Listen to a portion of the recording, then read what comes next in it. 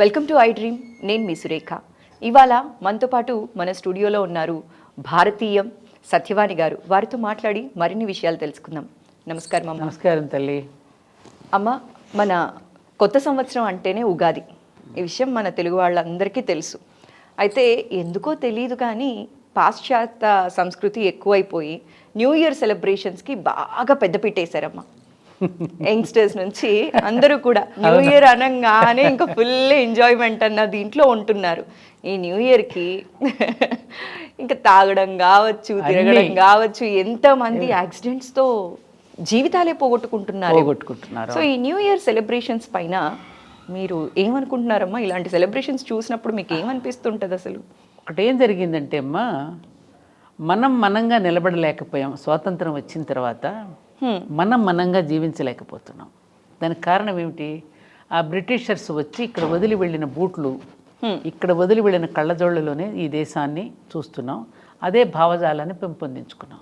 అలా పెంపొందించుకోవడానికి పాలకులు కూడా దానికి చక్కగా ఆజ్యం పోసి అవే అందిస్తున్నారు మనకి.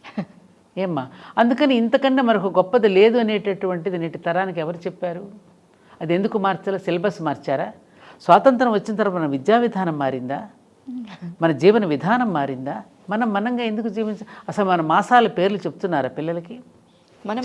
పేర్లు అంటే జనాలు ఎవరికి తెలియదమ్మా. ఇప్పుడు చైత్ర మాసంలో వచ్చేటటువంటి పాడ్యమి రోజు వచ్చేటటువంటిది ఉగాది. అది కదా మనకు కొత్త సంవత్సరం అనేది అలవాటు చేసేటట్టుగా మనకు ఎందుకు చేయలేదు? కానీ ఇప్పుడు అది ఎక్కడుందమ్మా? ఉగాది అంటే ఒక రోజు లీవు, దసరా అంటే 10 రోజులు లీవు. అదేమ్మా, ఇలాగైపోయింది కదా. వాళ్ళు ఆ మెకాలే వచ్చే మెకాలే ఎడ్యుకేషన్ ఇక్కడ ప్రవేశపెట్టేసేసి దానినే ఇంప్లిమెంట్ చేయటానికే మనం అలవాటు పడిపోయిన తర్వాత ఈ తరానికి తెలియదుగా వాళ్ళకి.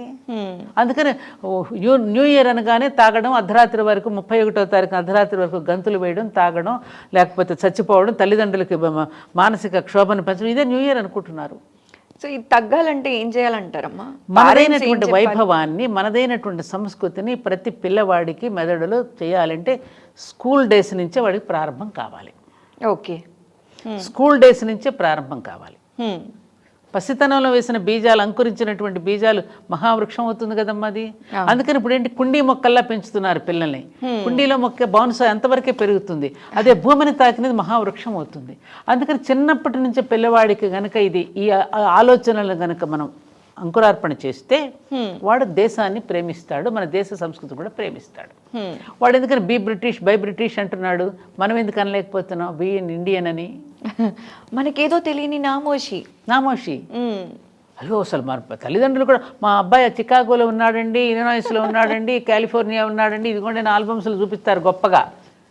అసలు ఎవరికి అసలు దేశాన్ని ప్రేమించమని, మన దేశంలో ఇదిరా మన భాగం, మన సమాజంలో మన సమాజాన్ని సేఫ్ ఎవరు చెప్తున్నారు? అయితే ఈ న్యూ ఇయర్ సెలబ్రేట్ చేసుకునే యంగ్స్టర్స్కి మీరు ఇచ్చే మెసేజ్ ఏంటమ్మా?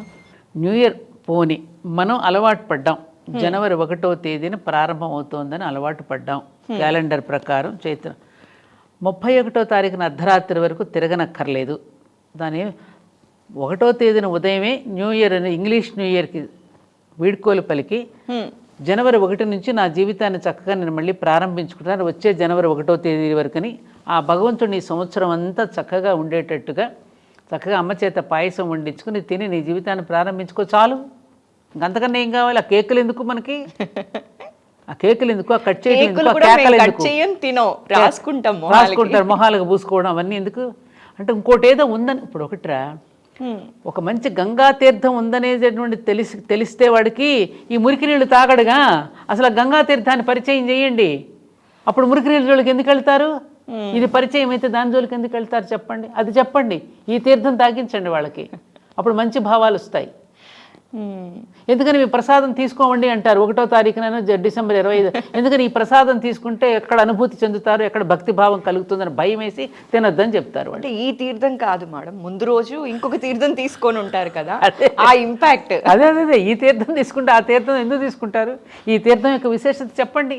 ఈ తీర్థం 21 ఔషధాలు కలుస్తాయిరా, ఇవి నీకు అసలు డాక్టర్ దగ్గరికి వెళ్ళే పనే ఉండదు. ఈ తీర్థాన్ని కనుక నువ్వు తీసుకుంటే, ఆ తీర్థం తీసుకుంటే నీ జీవితం అంతా నాశనం అయిపోతుందిరా, పాప పంకిలం అయిపోతుంది అని నేను ఎప్పుడు చెప్తూ ఉంటాను పిల్లలకి. ఇప్పుడు నీ ద్వారా కూడా చెప్తున్నాను పిల్లలకి, ఈ ప్రపంచం నీకు చాలా చెడు అలవాట్లు చేస్తుంది. ఆ అలవాట్ల వల్ల నువ్వు చేసే తప్పులకు మాత్రం ఈ ప్రపంచం బాధ్యత వహించదు సుమా. తస్మాత్ జాగ్రత్త, నిన్ను నీవే రక్షించుకో, నిన్ను నీవే కాపాడుకో. అబ్బా భలే చెప్పారమ్మా, ఎంత బాగా చెప్పారు అసలు. ఇదొక్కటే, ఇంకేం లేదు చెప్పడానికి. ఎంత చక్కగా చెప్పారమ్మా. ప్రపంచం ఎప్పుడూ నిన్ను పక్కదారి పట్టించడానికి ప్రయత్నిస్తుంది. లేకపోతే నీకు 15 సంవత్సరాలు 16 సంవత్సరాలు బారుల దగ్గర నిలబడటం ఏంటమ్మా, పిల్లలు ఆడపిల్లలు సిగరెట్లు తాగడం ఏంటమ్మా, ఈ మత్తు పదార్థాలు చాక్లెట్లు తినడం ఏంటమ్మా, ఈ డ్రగ్స్ అలవాటు పట్టడం ఏంటమ్మా, ఇవన్నీ మార్కెట్లోకి తెస్తున్నది ఎవరమ్మా, తెస్తున్న వాళ్ళని ప్రోత్సహిస్తున్నది ఎవరమ్మా? సమాజ శ్రేయస్సు ఇదేనా కోరుకోవడం? సుస్వరాజ్యం అంటే ఇదేనా? ఏం మాట్లాడాలో కూడా తెలియని పరిస్థితి అమ్మా. మాట్లాడలేం. ఏం మాట్లాడాలి? కాలం సురేఖ, అన్నింటికీ కాలమే పరిష్కరిస్తుంది. నేచర్ నేచర్ నేచర్, ప్రకృతి ఇప్పటికే మనల్ని హెచ్చరిస్తూ ఉన్నది, ఇంకా హెచ్చరిస్తుంది. అప్పుడు ప్రళయం వస్తుంది, అప్పుడు సర్వనాశనం అయిపోతే మనం ఎవరు లేరా నా కోసం అని అరిస్తే ఎవ్వరూ ఉండరు అక్కడ. ఎవరు ఉండరు, రారు, కాపాడరు. అది గుర్తుపెట్టుకుంటే చాలు జీవితంలో. అమ్మ అయితే ఇందాక మాట్లాడుతూ మీరు అన్నారు న్యూ ఇయర్ సెలబ్రేషన్స్ గురించి ఎలా ఆపాలి ఏంటి అని మాట్లాడుతున్నప్పుడు, అమ్మాయిలు ఏంటమ్మా సిగరెట్లు తాగడం, మందు తాగడం ఇట్లాంటివి. అమ్మాయిలు కూడా చాలా మంది, ఆడవారు మగవాళ్ళు అని తేడా లేదమ్మా. పైగా ఇంకేమంటున్నారు, సుప్రీంకోర్టులు కూడా తీర్పులు ఇచ్చాయి కదండి, ఎలా పడితే అలా బ్రతకొచ్చని. ఏ సిగ్గులేని మాటమ్మా ఇది. సుప్రీంకోర్టులు ఇవ్వడం ఏమిటి, వీళ్ళు మాట్లాడడం ఏమిటి? సుప్రీంకోర్టు ఎవరు? వాళ్ళు మనుషులు. సుప్రీంకోర్టులో ఏమైనా దేవతలా జడ్జెస్ దిగొచ్చారా? ఏ న్యాయం అసలు? పైన చట్టం అనేది, ప్రకృతికి ఒక చట్టం ఉంది, ప్రకృతికి ఒక న్యాయం ఉంది, ప్రకృతికి ఒక ధర్మం ఉంది. ఆ ప్రకృతి ధర్మం ప్రకారం నువ్వు నడుచుకుంటేనే ప్రకృతి నీకు సహకరిస్తుంది. సుప్రీంకోర్టు జడ్జెస్ ఇచ్చిన తీర్పు కాదు, పైవాడున్నాడు ఒకడు, వాడు ఇవ్వాల్సింది తీర్పు. కానీ పైవాడిచ్చే తీర్పు కోసం ఎదురు చూసే వాళ్ళు ఎంతమంది ఉన్నారమ్మా? పైవాళ్ళనే స్త్రీల ఈ ప్రపంచంలో మన జీవితాలు చాలా వరకు పురుషుడి జీవితాలు ఆధారపడి ఉంది స్త్రీ జీవితం మీదే. ఇది మనందరం ఒప్పుకుని తీరాలి, పురుషులు ఒప్పుకుంటారు. తన గర్భం నుంచి వచ్చినటువంటి శిశువు అనేటువంటి ఆ ముడి సరుకుని, ముడి పదార్థాన్ని తీర్చిదిద్ది వాడిని ఒక సమర్థుడిగా తయారు చేసేది ఎవరమ్మా? తల్లి. తల్లికి తోడవుతాడు తండ్రి. ఈ సమర్థుడైనటువంటి వాడిని సమాజానికి పంపిస్తారు, ఎందుకు? సేవించుకోవడానికి. ఇది కదమ్మా జీవితం. అటువంటి స్త్రీయే చెడిపోతే, ఆవిడే మత్తులో పడిపోతే, ఆవిడే ఇటువంటి అలవాట్లకు గురైతే ఈ బిడ్డల పరిస్థితి ఏమిటి? ఏమిటి? అంత ఉన్నత స్థితిలో నిన్ను నిలబెట్టారే, దేవతా స్త్రీవి, ప్రతి స్త్రీని ఒక దేవతగా పూజించారే, పురుషులను ఎవరో పూజించలేదే. సుమంగళి పూజని, కన్యా పూజని, శ్రీమంతం చేసినప్పుడు మాతృ పూజని, ఇన్ని పూజలు అందుకున్నది స్త్రీయే కదమ్మా. మరి ఆ స్త్రీ ఇటువంటి వాటికి బానిసైపోతే పురుషుడి గతి ఏంటి, ప్రపంచం గతి ఏమిటి, బిడ్డల గతి ఏమిటి? ఇది ఆలోచించొద్దా మనం? ఆలోచించే వాళ్ళు చాలా తక్కువైపోయారా? లేకపోతే నలుగురిలో నారాయణ వాళ్ళందరూ ఇది ఫాలో అయ్యారు కదా, నేను ఫాలో అవ్వాలి, అవ్వకపోతే మళ్ళీ నన్నేమన్నా అనుకుంటారేమో, ఆ అభద్రతాభావం, అప్పలం అనుకుంటారేమో. ఎందుకు నేనుగానే ఉంటా, నేనుగానే ఉంటానని ఎంతమంది దృఢంగా లేరు? అలా ఉండి ట్రెండ్ సెట్ చేయొచ్చమ్మా. ఎందుకు చేయకూడదు? పూజింపబడతావు నువ్వు. ఇవాళ నిన్ను వెక్కిరించినా రేపు పూజింపబడతావు, రేపు ఆదరింపబడతావు. నువ్వు ఎన్ని వచ్చినా కూడా చెక్కు చెదరకుండా అలాగే ఉన్నాడు అని రేపు నిన్ను వెక్కిరించిన వాళ్ళే నీ దగ్గరకు వచ్చి నీకు నమస్కారం చేస్తారు తల్లి. మీలాంటి వాళ్ళ ద్వారా ఖచ్చితంగా ఈ సంవత్సరం యంగ్స్టర్స్ చాలా వరకు తెలుసుకోవాలమ్మా. ఈ 31st at least new year celebrate చేసుకున్నా అది తప్పు కాదు, తాగకుండా యాక్సిడెంట్స్ అవ్వకుండా. ఏంటమ్మా ప్రభుత్వం రూల్ పెట్టాలా, ఫ్లైఓవర్స్ యాక్సెస్ లేదు అని చెప్పి? అవును, ఎందుకు ఎక్కడ అక్కడ నుంచి పడి చచ్చిపోతారేమో అన్న భయం. గౌతమ బుద్ధుడు ఒక మాట చెప్తాడు, సింహం ఎదుటకు వెళ్ళి దాని పరాక్రమకు నిలబడు, భయపడక్కల, సింహానికి భయపడకు, నీ చుట్టూ అగ్నికెళ్ళు చుట్టుముట్టుకున్నా దానికి భయపడకు, పర్వతం మీదకు దూకడానికి కూడా నువ్వు బలిదానం చేస్తున్నా నువ్వు భయపడకు, మద్యానికి భయపడు, అదే నిన్ను సర్వపాపాలు చేయిస్తుంది సుమ, దానికి మాత్రం నువ్వు భయపడు అని చెప్పాడు గౌతమ బుద్ధుడు కూడా. మద్యానికి భయపడు, మత్తు పదార్థాలకు భయపడు, నిన్ను సర్వనాశనం చేసేది అదే సుమా అని గౌతమ బుద్ధుడు కూడా హెచ్చరిక చేశాడు. ఇది ఎంతమందికి తెలుసమ్మా? ఎంతమందికి తెలుసు? ఎంతమంది విన్నారు? నేనైతే గౌతమ బుద్ధ ఇది చెప్పారు అని చెప్పి మొదటిసారి మీరు చెప్తుంటేనే వింటున్నానమ్మా నేను. నీ చుట్టూ అగ్నికేళ్ళు చుట్టుకున్నా నువ్వు భయపడకు, సింహం నీ ఎదుటికొచ్చి నిలబడినా నువ్వు భయపడకు, నువ్వు పర్వతం మీద దూకి బలిదానం చేయాల్సిన నువ్వు భయపడకు, కానీ మద్యానికి భయపడు. ఆ పోలిక చూడండి ఎంత బాగా పోల్చారు, అసలు ఎంత బాగా పోల్చాడు. అదే నిన్ను సర్వపాపాలు చేయిస్తుంది. చేయిస్తోందిగా భార్యలను కొడుతున్నారు, బిడ్డలను కొడుతున్నారు, తల్లులను నీళ్లలోకి తోసేస్తున్నారు, తండ్రులను చంపేస్తున్నారు, తన కన్న కూతురు మీద కూడా అఘాయిత్యం చేస్తున్నాడు. వీటన్నిటికీ మద్యం కదా కారణం. మద్యం మత్తులోనే ఇవన్నీ మద్యం మత్తులోనే జరుగుతున్నాయి ఇవన్నీ.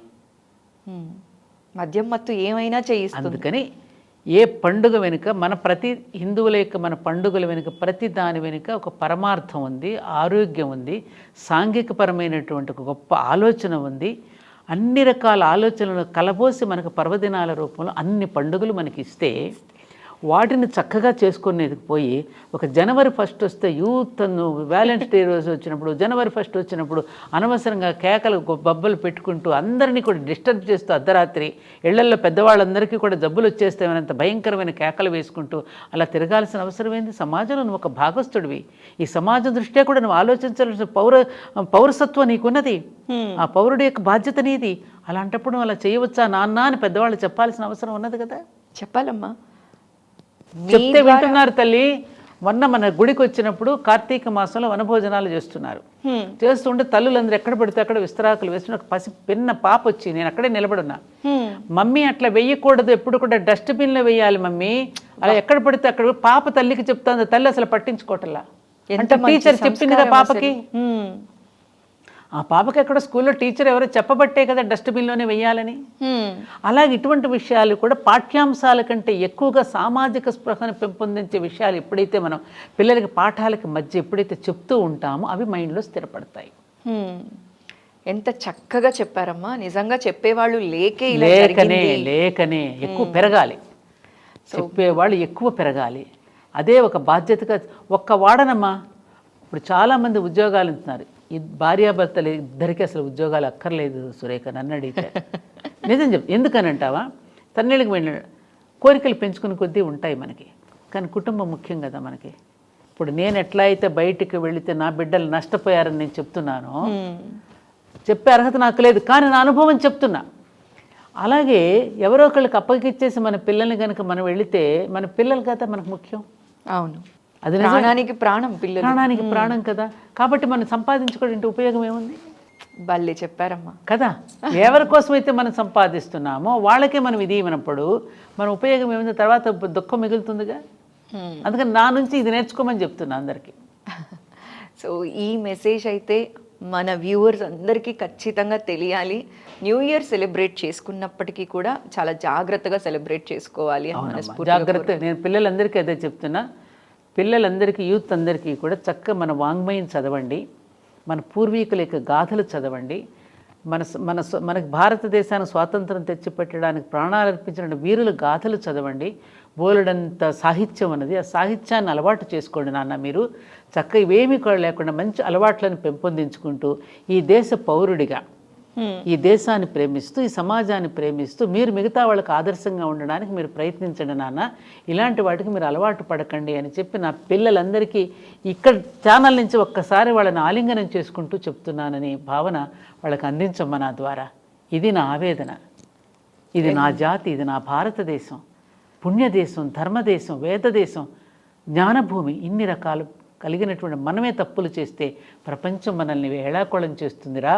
కాబట్టి మీరు ఇలా ఉండొద్దు నాన్న అని రేపు యువతి యువకులకి ఇద్దరికీ కూడా, యువతలు కూడా వెళ్ళిపోతున్నారు. వద్దమ్మా మీరు అలా వద్దు, నువ్వు పూజింపబడుతున్నావు, నువ్వు ఆరాధింపబడే స్థితిలో నువ్వు ఉన్నావు, నువ్వు అలా వెళ్ళకో, నీ స్థానాన్ని నువ్వు కాపాడుకో, నువ్వు ఆరాధించే స్థితిలోనే నువ్వు నిలబడు, నువ్వు దేవతా స్త్రీవి, ఆ దేవతా స్థానంలో నేను ఉండు, నిన్ను తిరస్కరించే స్థానంలో నువ్వు ఉండొద్దమ్మా అని నేను ప్రేమపూర్వకంగా చెప్తున్నా నీ ద్వారా. ఎంత బాగా చెప్పారమ్మా. చూశారు కదండి, న్యూ ఇయర్ సెలబ్రేట్ చేసుకున్నప్పటికీ కూడా మద్యం మత్తులో కానీ లేకపోతే సెలబ్రేషన్స్కి నెక్స్ట్ లెవెల్ అని చెప్పి తప్పుదారి పట్టకుండా ఉండాలని చెప్పి ఇది ఒక చిన్న ప్రయత్నం మాత్రమే. మీ అందరికీ కూడా అమ్మ చెప్పిన మాటలు బాగా నచ్చాయనే అనుకుంటున్నాను. చాలా చక్కటి ఇన్ఫర్మేషన్ ఇచ్చారమ్మా. Thank you so much. God bless you అమ్మా.